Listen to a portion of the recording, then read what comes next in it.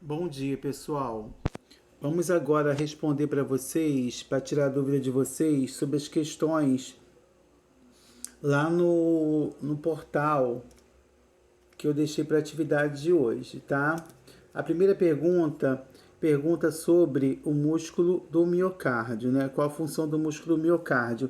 Lembrando que o coração é um órgão vital para o funcionamento do corpo, tá? É um músculo totalmente estriado, cardíaco, com contração involuntária, onde ele possui três camadas de músculo. A camada de músculo mais externa é chamada de pericárdio, que é essa aqui, ó.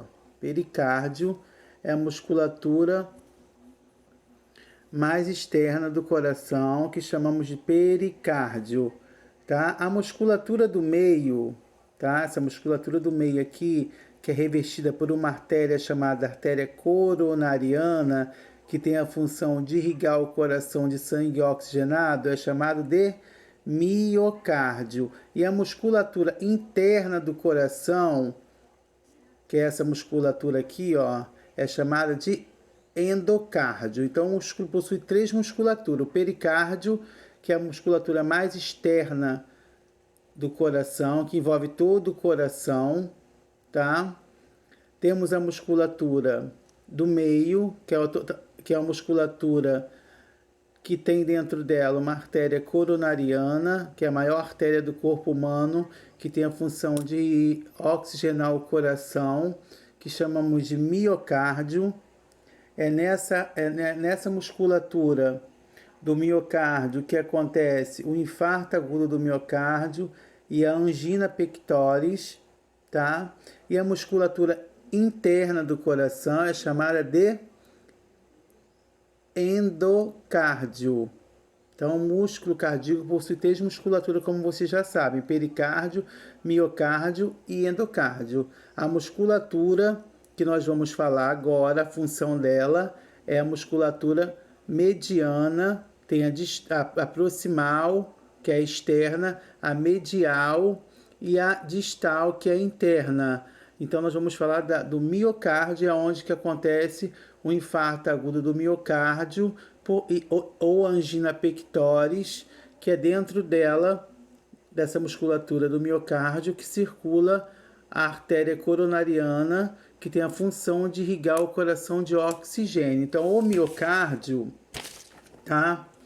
O músculo do miocárdio, como eu falei anteriormente, é um músculo cardíaco estriado, de contração involuntária, é composto por tecidos musculares, tem a função primordial de ejetar o sangue oxigenado, que se encontra no interior do coração, ou seja, dentro da artéria coronariana, para o organismo. Nele se encontra a artéria coronariana e, além de ejetar o sangue oxigenado para o corpo, o músculo do miocárdio tem a função de contratibilidade, ou seja, exercer a contração do coração, bombeamento cardíaco. É através dele que é gerada a frequência cardíaca, tá? O bombeamento cardíaco. Então, o músculo do miocárdio é um músculo cardíaco estriado de contração involuntária, é composto por um tecido muscular, tem a função de ejetar o sangue oxigenado que se encontra no seu interior do coração para o organismo através da artéria coronariana. E a outra função primordial dele é realizar o movimento de contratibilidade, de contração do coração, gerando os bombeamentos cardíacos, tá? A outra pergunta que eu lancei lá no portal, vou ver se eu consigo colocar uma imagem aqui para vocês, né? Sobre o movimento, né? O movimento que o esôfago faz para o alimento chegar até o estômago. né? O movimento que o esôfago faz, o movimento que o esôfago faz para o alimento chegar até o estômago, correto? Então aqui nós temos, ó, a boca, que é por onde se inicia a mastigação. Então, através da mastigação dos dentes das glândulas salivares, o alimento é triturado, passa pelo tubo da garganta e pelo esôfago que fica atrás da traqueia, tá? E chega até o estômago do paciente. O esôfago exerce um movimento chamado movimento peristáltico ou peristalse. Movimento peristáltico ou peristalse, tá? É um movimento peristáltico no esôfago, é realizado pelo esôfago com a finalidade de levar o alimento até o estômago. É um movimento ondulado que empurra o bolo alimentar em direção ao estômago, tá? Então, a alimentação, a mastigação, né? O bolo alimentar começa pela mastigação e trituramento dos alimentos pelos dentes, pela língua e pelas glândulas salivares. Esse bolo alimentar é empurrado pelo esôfago até o estômago, tá? E esse movimento que empurra o alimento da boca pelo esôfago, que é um tubo, até o estômago, é chamado de movimento peristáltico. Movimento peristáltico no esôfago é um movimento ondulado que empurra o bolo alimentar em direção ao estômago, ok? E a terceira pergunta lá no portal pergunta sobre as artérias, né? As artérias utilizadas na PCR, as artérias utilizadas na parada cardiorrespiratória. Então, numa parada cardiorrespiratória, o profissional de enfermagem, nós conhecemos a parada cardiorrespiratória, PCR, né? Parada cardiorrespiratória é quando ocorre a parada súbita do funcionamento do coração e do pulmão. Então, na PCR, o profissional de enfermagem, tanto enfermeiro, tanto técnico, deve localizar 3 artérias de maior calibre do corpo humano, que são as maiores artérias que podemos identificar a frequência cardíaca, que é o pulso do paciente, na PCR, parada cardiorrespiratória, que é a artéria carótida, que fica no pescoço, do lado da depressão pomo de Adão, que dá para ser localizada e sentida com o dedo indicador e médio.